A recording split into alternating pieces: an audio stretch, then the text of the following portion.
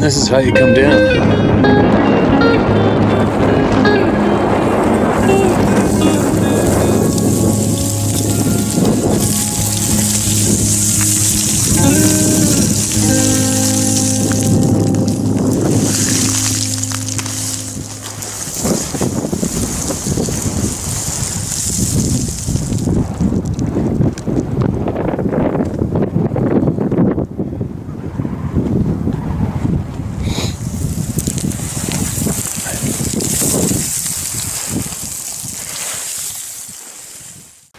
Alright, it's all natural light in here right now, just from the out the sliding glass door. And if you're watching this, I am probably already somewhere on the coast, on a beach, or in the forest somewhere, looking for a big old mature bear right now. So, in the meantime, let's hear what people have to say. This title, The Owl Man Answered Me. So, one last question for him, please. Hello, Steve. Lana here from Linwood again. You read my email less than a week ago from today. I was laying in bed starting to doze off in the evening listening to you when I heard my name and I instantly rebooted. Thanks for getting my question out there. Today I'm listening to the Owl Man and he said that someone had asked about their healing abilities. Thank you so much for that information. Lots of people on the thread were very gracious and kind, sending me suggestions and information to research on the subject. One man I came across named Kawani Lasparitis. He has written a couple books and been in contact with the forest people for many years. He has said that on occasion he has sent them to heal people. I emailed him, but I don't know how long it'll take to get a reply.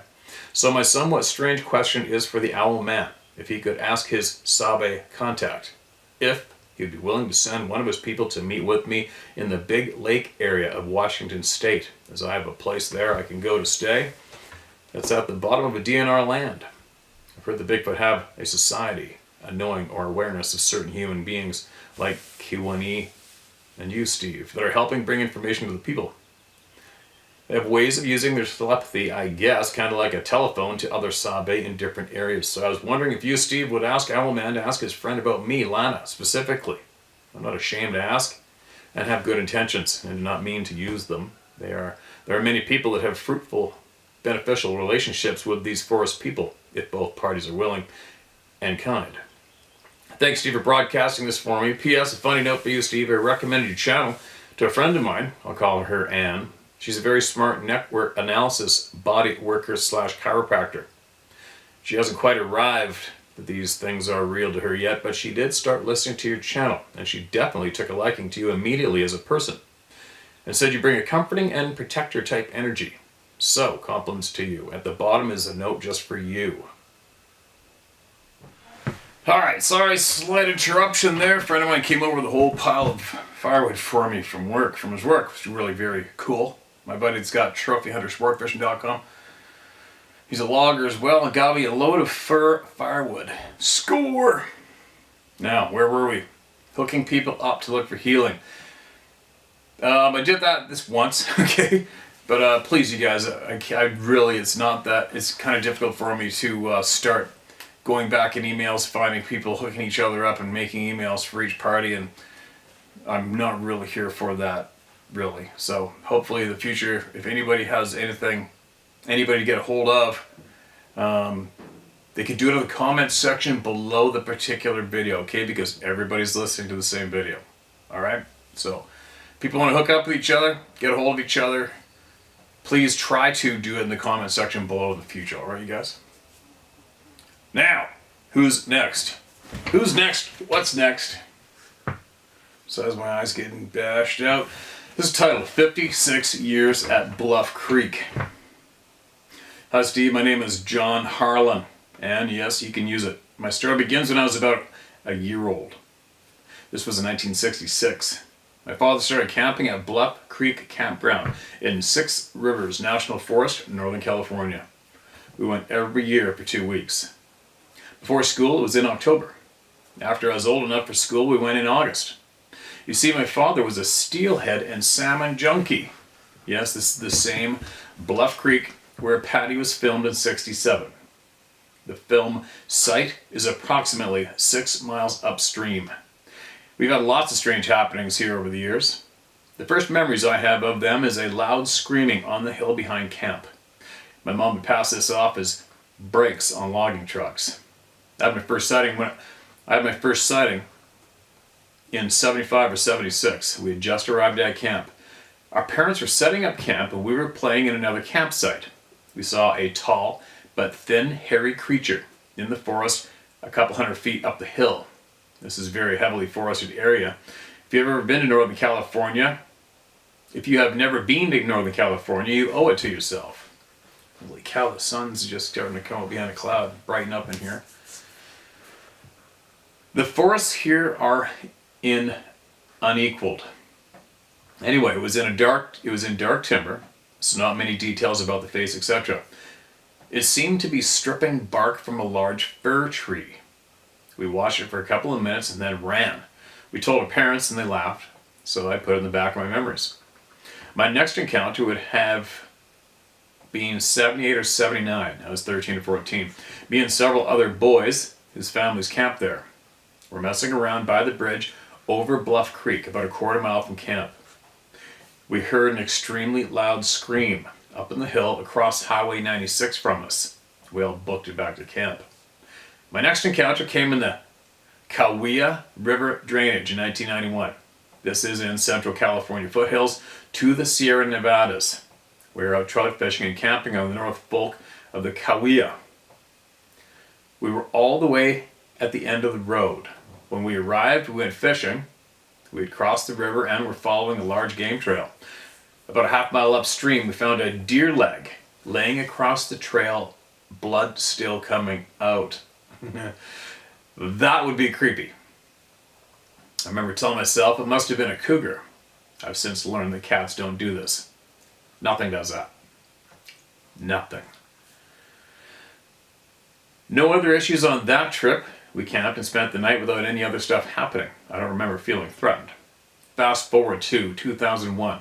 I was living in a very small town southwest of Denver, Colorado. There was a dirt road that went from Deckers to Spiny Mountain Reservoir. Either Spinny or Spiny Mountain Reservoir. It was 30 odd miles across. I'd spotted a big flock of tom turkeys in a meadow up there. I'd also found a line of aspens snapped off along the road. They were broken about 7 feet high. This was a place that always gave me that feeling. I returned in turkey season with my shotgun. I was going to get my tom. I parked a half mile from the meadow and snuck down before daylight. I settled into some brush with a good view of the meadow. It wasn't long before I began to feel threatened. I can't explain it, but I listened and got the hell out of there. This was the first time feeling this, but not the last. I returned to that same meadow in early rifle season for mule deer, and again had to leave. Just felt like something was after me. I hiked and fished lots of rivers in Colorado and never had any issues except that meadow. I'll break this off here because I have lots more to tell. End of part 1. And that was an email all in itself. And then I think there's 3 and I got the next one. So this is camp at Bluff Creek Picks. Dad with a huge summer steelhead, 17 pounds. Now they're fish pictures, you guys, okay? It's not a Sasquatch or anything like that. So I just kind of rip through them. That's a beauty fish, man. That's a thick, fat steelhead. Next one, me with a green sturgeon at 77, a cup on myself at 12. Down Darlene and Simba Camp 2003. All right, that's a great fish. Really great fish. Now, it's a third email. 56 years at Bluff Creek, part 3. Hi, Steve, on with my story. My next experience came in the fall of 2006. I was taking my stepson hunting for blacktail. We went to a place high above the campground. There's a big meadow with a small pond in it. We parked half a mile up the road and walked down into the brush overlooking the meadow.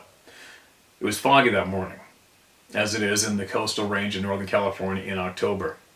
We were having what we call an Indian summer, still in the high 90s in the afternoons, so I figured the deer would be hanging around this pond. As we got settled into our blind, I began to feel uneasy and then downright threatened. As I always do, I listened to my instincts and I got out of there. We hunted the rest of the weekend off of the GO Road, past a small forked horn that was way down a steep hillside, no more issues. My next experience was the following year in deer season. I had a hot tip on a large buck. that was frequenting a clear cut up out of Salyer, California, Salyer, California, 34 miles or 30 or 40 miles from camp. I got to the gate after work on Friday night about 9 p.m. Got in the camper shell in my truck to sleep, armed with a 308 single shot handy rifle. I liked that little gun because it was easy to pack through the brush. I fell asleep only to wake up about midnight with that threatened feeling again. I told myself to tough it out. Soon pebbles began bouncing off my camper shell. I got up with my rifle and I left. I got up with my rifle and left, slept 20 miles down the mountain by the Trinity River without any further issue. I have to tell you, I can feel when they are around, but not always threatened. I've only felt threatened when I was armed. Next encounter was around 2008. I was sleeping in my tent at the campground at Bluff Creek. Middle of the night, I wake up to something breathing outside the tent. It sounded like a human with bronchitis. I lay there and listened to it for a minute or two. Thinking it was a bear, I said, "Hey bear," loudly, and it took off breaking brush as it went up the hill. Now at the time I thought it was a bear, until I heard several similar stories on your channel. My next one came at a campground down towards the coast from camp. I don't remember the name, but it was west of Willow Creek, California. I stopped so my girl could go pee. The gate was closed, so we had to walk about 100 yards down to the restroom.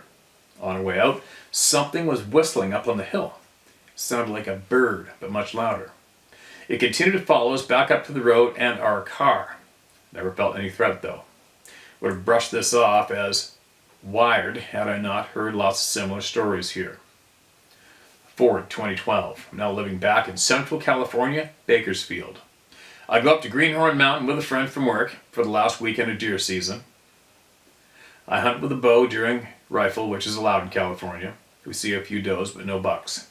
On Sunday, as we are packing up camp, most people already gone, the screaming starts now.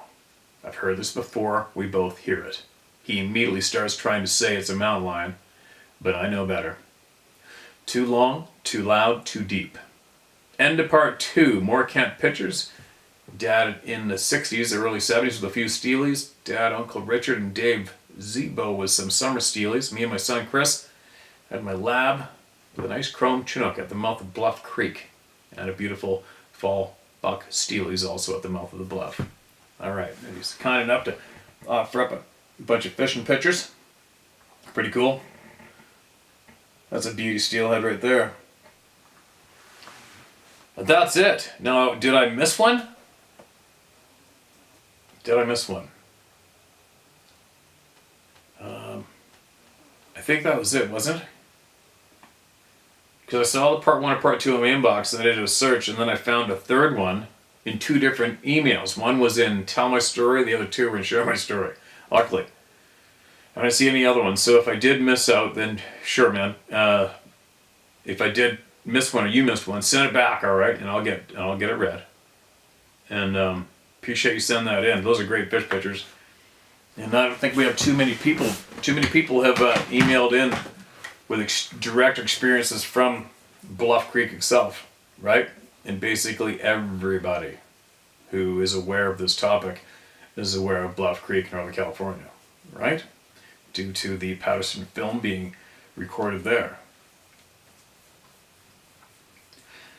Excuse me, the gun thing. You know what? Side note to no blacktail hunter. When I'm up north, whatever I've done in the past, guided, or gone on my own hunts for elk and moose, I always have a 300 short mag with me now. I used to pack a 300 ultra mag when I was guiding. 300 Win mag, I kind of left that in the gun case for quite some time now. The 300 short magnum seems to be my favorite. Everything's bitted with that rifle. But anyways, what I'm getting at is the blacktail hunting when I get back down here. I just pack a little Remington Woodstock blued barrel 243. It's like packing around a freaking pellet gun. It's great. And that's what I use for my blacktail gun. Same reason. It's just like packing a toy gun, right? And it's more than enough rifle for a deer. Anyway, if I did miss one or you missed one, make sure you email us back, alright, man? Appreciate hearing from you for sure. And Welcome to the Club of No Return. Sounds like you've been in it for a long time. Yeah, what do we got here? This is titled Red now. Thanks for the answers I've heard on your page. Thank you for your page and the answers to many of my questions. I became interested in forest people since the movie The Abominable Snowman came out in the mid-50s. Back then, getting honest information was hard to come by. You had to take everything with a grain of salt. I wonder how many people actually spoke of these beings in the 50s. Next, my grandfather on my mother's side was half Mingo, an outcast clan of the Iraqi nation. This man would tell me he was going to give me to the boogeyman. One day I saw some men picking up the garbage and asked him if they were the boogeyman. That was when he told me that the boogeyman lived in the woods and he would take little boys like me after dark. Next, I took my wife, who has passed a short time ago, to a place called Fort Necessity in the Laurel Highlands in southwestern Pennsylvania. She was born a short drive from there but was never there. She had an experience with a skunk a while back while camping in Florida. The other campers said she was dreaming. The next morning, after seeing the claw marks on the top of her tent, they didn't disbelieve her anymore. Okay, so I'm guessing you meant skunk ape, not skunk. Well, as we were going to see Fort Necessity, the visitors center was closed because it was close to dark. I said we could walk to the fort through the woods. When we were about halfway to the fort, we heard 3 tree knocks, at which time we didn't know whether to continue or leave. We made it to the fort, didn't hear anything more. My grandfather, the Mingo, said his great-grandfather was there with George Washington during the French and Indian War. Of course he was on French leave during this event. End of email, just like that. Alright, man. Did you cut it short? It sounds like it. Either way, thanks for the email. And it sounds like you cut it short, so send another one, alright? And title it Part 2 or something. Okay, man? Now, what else do we got? Alright, here we go. What's this one? Mark, this is red. This is red. Club of No Return, and it's totally fine to share my name in your video. Hello there, Steve. My name is Mark Angers. And you can say it as you read it. No one produces RT. Nope, no one pronounces it right the first time they read it, so it's fine, LOL. It's NJ, essentially the N, like in French. Oh, Mark NJ. Gotcha. Well, okay, whatever. Anyways, moving along. I mainly want to start off with thanking you for the place you're providing to be able to have the discussion like rational adults. I also want to thank everyone sharing their stories about the Sabe. It's S-A-B-E, my man. I remember one of the emails you read about the First Nations superheroes. They mentioned it, but for some reason can't remember the spelling. So it will vary more than likely as I type this little novel out. It's S-A-B-E is what the natives' name for these people is. Sorry. And I choose to use it instead of the Bigfoot name that was given to it from the people that ignored the First Nations when they first came here. As I listened to your video about the Fed contacting you from April 4th. Anyway, I'm rambling. I grew up in a smaller town in New Brunswick. I love the forest, love going on hikes. My family weren't really all much for hunting types. Was an on and off and on thing with my dad and I, but nowhere as often as we go fishing. This is the best thing about the Boathurst, in all honesty, was how easily accessible it is to get to somewhat remote areas in the forest.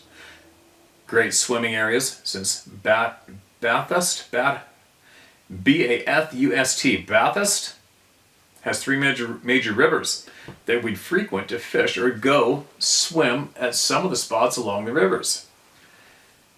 Nipisiguit, Middle, and Tetagouche River. Tetagouche River. Each one of them had very unique areas, all perfect locations for the Sabe for sure. The Nipisquit was within a good 10-minute bike ride from my parents' house. There's a decent forest near my parents' house, was fairly close, so I spent a lot of my childhood in the woods. We had a few bears near there, not extremely close to the neighborhood, but mind you, but we had deer all over the place there. Back then I believed as a kid, but knew nothing at all back then, because my only exposure to the subject back then was from documentaries that may cover it, but turn around and call it fake at the end, mainly to keep us in the dark for sure. So when this happened, my friend and I had zero clue whatsoever was going on. It's only now knowing what I've learned here and doing my path to gain knowledge. Haha, celebrity biologist. That's the one I'm watching right now while I'm typing this and laughing pretty hard with you. I view the BFRO the same way. Total effing jokes. Anyway, back to the topic. During the summer of 2002, I'd spent a weekend at my friend's place for a weekend. He also lives along the Nipisiguit River. I know, my pronunciation sucks ass sometimes, you guys. I know, trust me. Near the Pabonneau First Nations Reserve. Probably about a 7-minute walk from the river itself, where his parents and grandparents had 2 camps there on their land along the river. Beautiful area. Slow rapids, fairly safe spot, if you're not totally stupid about it. We've been going here during my entire childhood. Teen years and early adult life until I moved out of Bathurst in 2005. A lot of the city's buildings were built by the rocks that they blasted in this area to be able to run logs through to the paper mill. So this area had a lot of hidden logs that could cause dangerous situations. Thankfully, this has never happened while we were there. Ever. But it was a possibility because this place history back in the day. So we know this area. My friend's family obviously know it a lot better because they live there, but I know it well. Never had we had anything strange happen till that one night, which I believe it was a traveler and not a local. Or if it was a local, we disturbed his hunt while we decided to walk down the trail to go to the river for a late night swim. Now knowing what I know, from what I've learned here on the channel, behind my friend's house, we'll call him John, since I won't share his name, in his backyard, there's a bit of a hill. The woods between his house and the river were only like 10 yards away from the house. Had a little clearing cut so we could snowboard there in the winter when we couldn't go up to the actual hills. At the bottom of that clearing was the trail to get to the main road that goes down to his grandparents' camp. Might be a 7-8 minute walk to get to the road from the trail. We're probably halfway through the trail. I noticed first that his dog started getting weird. His dog was usually totally chill and very obedient, so she was not very far away from us. But when I noticed her get weird and seem a bit on edge, I started feeling this weird feeling of dread, and there was this noise, like energy interference. We started weird buzzing hum, and the hairs on my neck go the F up. So I tell him, yeah, F it, let's go back to the tent trailer. And we then barely got to the bottom of the clearing and the forest effing shook. Couldn't see anything, nothing at all. But a chunk of forest shook as if something big was shaking 2 trees and all the roots around it were moving the bushes. I'm pretty sure I ran faster than the effing dog back up the hill. My buddy was not very far behind me, and back in the trailer we went, since that's where we were sleeping that night. We both slept on the far side of the trailer that was closer to the house. Neither of us were comfortable on the forest side of the trailer. Felt like whatever it was that shook the trees was still nearby. And like I said, back then Bigfoot was not on the mind. It's only from when I started really looking into this in the last 10 years that I figured out what happened. My friend conveniently doesn't remember that weekend because we also seen orbs the night after or the night before. Backyard lit up. Then seconds later, front yard lit up. And there was this orb floating there. Closed the blinds, ignored what we seen. My second encounter was a couple years later in 2004 on a trip to Ontario. I went on tour with my friend's band for a few weeks, and we toured around Southern Ontario for a couple of weeks. Great time. When we were in Ottawa, our friend who lived there brought us to his father's cottage. It's a few hours from Ottawa. I think we drove for about 3 or 4 hours. A place called Haliburton. Little lake town. Kind of reminded me of the lake town in the old John Candy movie, The Great Outdoors. Spent a week and on a lake. Crossed with the canoes one morning. We hiked around the lake for a good chunk of that day, and then later on went back to the cottage to drink on the dock. We made a fire that night, drank, stared at the fire, shot the shit for a while. Again, not a clue what we were hearing. We thought it was someone working on their camp. But late at night, we were hearing wood knocks. A few minutes later, this loud epping howl, or yell, but moan, gave us chills. We kept hearing wood knocks and faint whoops. We just kept asking, what the F is that? That's no effing wolf or coyote. Pretty sure we passed out not long after that. The next night was pretty much the same. Drank and smoked a little bit, not as much as the night before, but for some reason we decided to walk down the road late at night. Not really sure why we thought this was a good idea, but 19, 21-year-olds, you know, balls of steel, and we knew it all then, right? Yeah, that was dumb. And that feeling comes back. Same as the time with my other friend back in '02. Exact same feeling of dread and being watched. But this time there was an odd smell. Piss and rotting flesh. And the forest shakes the exact same way. Like a 20-foot wide chunk of forest. And zipped her right back to the camp, pretty much shitting her pants. Because whatever moved in there was big. So I asked her friend's dad, who was also staying at the cottage. He didn't seem like he wanted to talk about what I was trying to describe to him. So now it's making me wonder if he had something happen. It wasn't too long ago, or it was either on this channel or on Sasquatch Chronicles, that someone told a story about them having a sighting and an encounter in the same area around the same time frame, July, August 2004. So now looking back at those instances of shaking forest, so now I have a pretty good idea what was happening. Will it stop me, or has it stopped me from going on hikes? Nope, not one bit. Not one single bit. I'll go anytime. Again, anytime I get the chance to. A little bit too busy now, having a kid and a full-time job. I'd like to go to the woods a bit more this summer, unlike last summer. So hopefully this summer is different. Anywho, I could sit here and talk for hours about this. No way. I'm just kidding you, man. I've been looking into a couple local New Brunswick legends and very old folk stories, and they all scream Sabe. All the ones that I've looked into so far. My hometown, it's either Bathurst or Bathurst, has the Tetaguche Trail. It has the Tetaguche Troll. And the First Nations name here in NB is Gluskap. Miramichi has the Don Garvin Hooper. The story itself is a bit weird, but people say they hear it, and the howls they describe sound like Sabe. Again, thank you so much for what you do, Steve. I appreciate what you're doing and all the voices you share here. Best wishes to the family. I'll be sending more emails to discuss a lot of the things you and Owlman have said over the months. Pretty sure I haven't missed any videos. Hopefully we could have a couple beers if I ever make my way out there. I need to see the Rockies at least once in my life. My worry is not wanting to leave, though. Take care, Steve. Talk to you soon. All right. Appreciate the email, man. And there has been a bunch of sightings in New Brunswick. Sarah's from New Brunswick, Port Elgin. Been there. And that's kind of weird for me to see. I was standing where there's moose and looking at the ocean at the same time. That hasn't happened for me ever, anywhere. Yet. But anyway, I don't know too much about New Brunswick offhand. I do know there has been a sighting there, and I believe somebody said something about a nuclear power plant there somewhere, maybe. And something happened there. But I do remember a story that Sarah told me at her father's dairy farm way out back, which is basically in the middle of nowhere.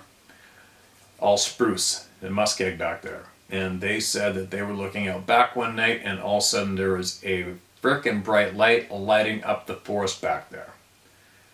She didn't tell me this till I'd known her for a couple of years, and all of a sudden she spit it out. I'm like, what? Then what? She's like, all right, well, I went back inside. I'm like, what? So you guys saw a bright light illuminating, lighting up the forest back in the trees where nobody is, and you can't get back there unless you come from the paved road this way on the side of the house and barns. And then you got to go straight to the back, about half a mile down the pasture. And they saw this bright light, shrugged it off, went back inside. That was it. End of story. Isn't it crazy how many people have had that happen? They see something very, very odd. Well, I've done the same thing, right? Really. Except I videotaped a couple lights the one time I seen them, but another time on that same mountain where I videotaped those two moving lights at about 5 in the morning. I was driving up the highway at about 9:30 at night. It would have been minus 20-ish at the vehicle, middle of winter, and way up there, the top of those mountains, I saw about, I don't know, maybe 5 or 6 very bright lights against the sheer rock face.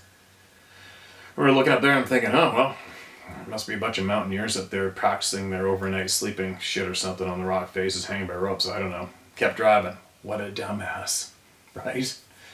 What an absolute idiot. And I should have stopped and videotaped that, because if it was minus 20 or so down the highway, how frickin' cold was it up in the top of the mountains? And who in their right mind would even be doing those potential exercises that time of year? Hey, let's go to the top of the coastal mountains and rappel off or climb the mountains or let ourselves down and hang by ropes at about 10 o'clock, 9:30 at night when it's probably minus 35 or 40 up there. Said nobody ever. Right? And I kept driving. Anyway. Alright, here we go. What else do we got? Who else do we got? Come on. It's not letting me. Seriously? Sorry guys, give me 1 second. If I don't mark it as red, you know what's going to happen. My wife and my 80-year-old mother was up in a remote wilderness area in Washington State. The encounter was brief, however, changed my life forever. I worked for the state as a DNR warden, and I patrolled this remote area for 22 years and never encountered anything like this, and I already read it, and that's what happens when you don't mark it as red.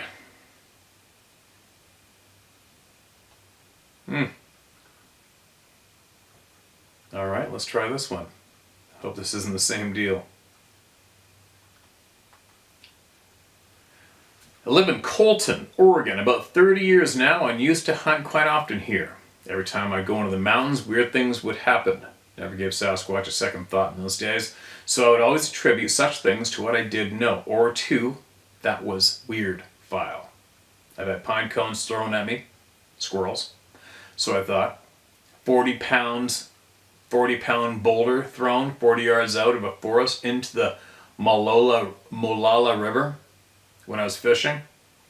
Roars and screams at 3:15 a.m. behind the house during full moons. Whoops. Chest beating. Bipedal heavy steps coming up behind my tree stand in the dark morning, but could never ever hear it leave. Sticks beating trees on 3 occasions. Then one day after a new snow, I found barefoot tracks at about 2,500 feet crossing the road. I had to jump from one track to the next. In about 96, I had an animal trace my scent down a mountain behind me for a couple hundred yards, making all kinds of noise. As it came to the forest line at 20 yards, it stopped and stared at me for a couple minutes. When it seemed to comprehend what I was with my bow aimed at his chest, he started weaving side to side nervously. It was about 7 feet tall, with 3-foot wide shoulders. It backed up slowly and traces its steps back up the mountain. Also had one walked within 30 yards of my father's front porch. It looked at us, grunted, and just walked across the street and into the forest. After my sighting, it seemed to know where I lived, in the same mountains I hunt. It occasionally slaps the house, slapped the hood of my car, thanks for the dent, and occasionally stands near the front door and stinks up the place for 2 days. Not in a menacing way. I feel it's just saying, still here. Anyway, there's more. That texting makes my hands go numb. Thank you for what you do. There is more to them than just being an animal, because things have happened that I prefer not to mention. Way past weird. Rich. Okay, Rich, you've possibly been here long enough. You've possibly been here long enough that you should have the encouragement to let her rip with what you know, because everybody does here. And so far, it seems to be quite painless for all the people who have shared here, and on average, it's been a good thing for each person after they've shared. So maybe, if you could you share with us what you have seen, witnessed, or learned? Please. And because it will possibly help somebody. If it doesn't help one, it might even help numerous people, you never know. But all it can do is help people here. It doesn't harm anyone. It won't harm anyone. It won't harm the person who's sharing. Anyway, that's my motivational plea, to share more if you can. If you can, one day, if you feel like it, we're here. We're here waiting. Appreciate it. Appreciate the share, man. So many freaking people. So many people. Okay, this one's a monster. Well, no, it's not. Okay, I'm gonna go for it. And then I gotta get going. I gotta pack my stuff. I gotta pack the boat up, the motor, the gear, the hunt gear, myself. I think I gotta get up tomorrow morning, 4:30, and get out of here. Steve, Jeannie here. Saw the last Rumbo video today, April 26, 23. I stated I would send you this. Dear Steve, Sarah, and family, I'm writing you today, Steve, Club in a Return, how to hunt because our morals, ethics, and integrity are the same, and we are driven towards truth and saving our fellow Canadians and humanity strongly. Can't stop or won't stop. This email is regarding the class action lawsuit in regards to the COVID-19 vaccine false narrative. All right. We're going to have to save that for the other channel, unfortunately. Oh man, another interruption. Back again. It's been like, I don't know, over an hour and a half since I sat here when I shut the camera off last. Anyway. Tough time to get things done when you do it this time of day for doing this. This is titled, Kids and Greasy Handprint ? Dear Steve, please do not share my identity out of respect for others' involvement. Thank you for shining light on the secrets, corruption, and lies of the powers that be are dishing out. Thanks to your submitters, I finally have the answer to a 45-year-old mystery. In the mid-70s, we lived in Prince George in a new subdivision. One night, my 3-year-old son woke screaming. He was finally soothed and returned to sleep. The window to his room was about 6 feet off the ground and faced a blank neighboring wall. In the morning, I was able to get more details about what he saw. And he said there was a, quote, black man, end quote, peering in his window. There were very few people of color in the city back then, so I dismissed the idea that it was an actual person. I was in my woo-woo phase back then and wrote it off as a spirit visiting him, but it just didn't feel right. He said the black man wanted him to come out and play. Shocked and very afraid, I told him that if the man ever came back to tell it, my mama says no. To this day, he very clearly remembers the incident and will not sleep without his curtains drawn. And yes, he has had strange occurrences in the woods, but not keen to speak about them, so I've encouraged him to check out this channel. 10 years ago in southeastern BC, I'd driven several kilometers up a logging road to wait for my partner to fish his way up a creek to me. The pull-offs were very few, so it resulted in driving farther than I really wanted to. Nature was really calling to my bladder by the time I came upon the most beautifully serene moss-covered spot, shaded by huge cedars to wait. Curiously, this perfect spot had no previous signs of campfires. I'd only gotten a few paces from the truck when I was gripped by a fear I have never experienced in the bush and realized this hauntingly beautiful spot was dead silent. Dropping my pants there was not an option. I waited in the locked truck as long as I could, about 1.5 hours, before tracking down the fishermen on the road.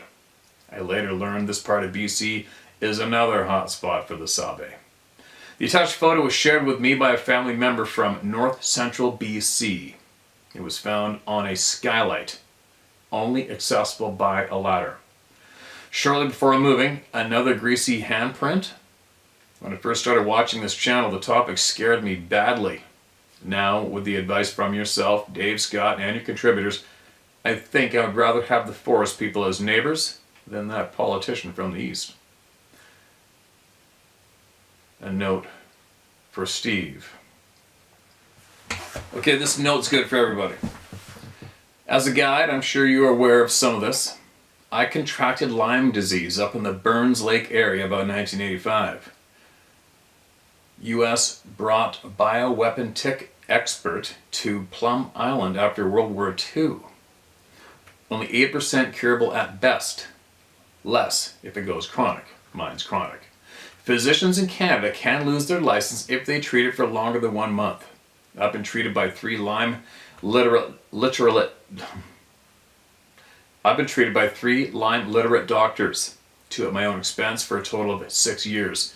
I'm still sick. I'm still trying to squeeze as much out of this life that I can. Not looking for pity, just to spread the word. Lab tests in Canada, useless. Out of country labs, lab costs run in the thousands. I keep doxycycline in my truck at all times for embedded ticks. 6 weeks of treatment necessary if caught soon enough. There is no safe time for them to be attached. The jury is still out, but also probably sexually transmitted like syphilis. Government is telling everyone it is curable, and due to fact an infected person usually looks well, even family will think you are a liar. Canlyme.com. CANLYME.com. Be safe and thank you. Okay, thanks for the note. Thanks for the picture's kind of creepy, right? Imagine seeing that on top of your skylight out of the middle of nowhere. Crazy. Welcome to the Club of No Return. And on the Lyme disease thing, a friend of mine in the past had driven down to California with his wife and 2 dogs. Stopped to let the dogs pee.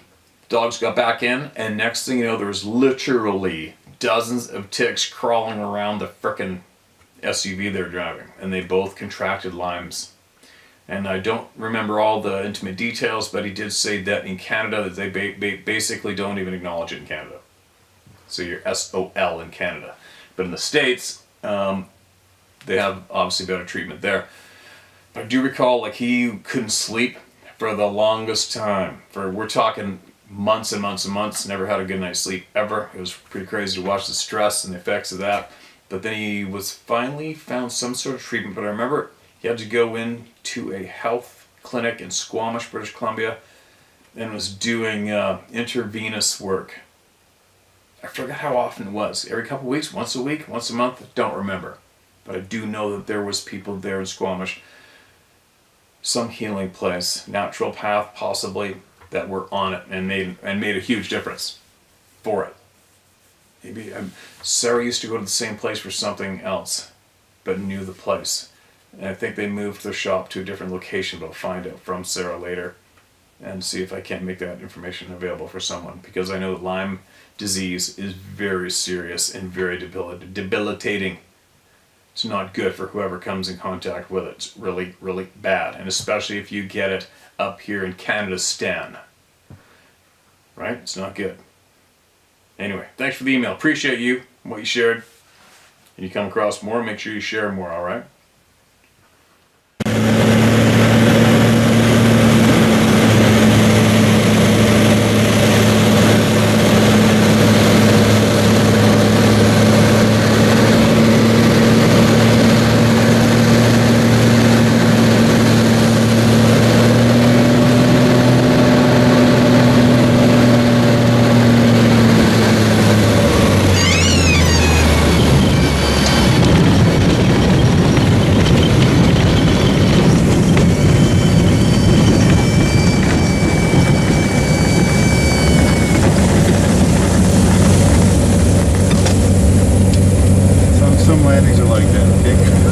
man.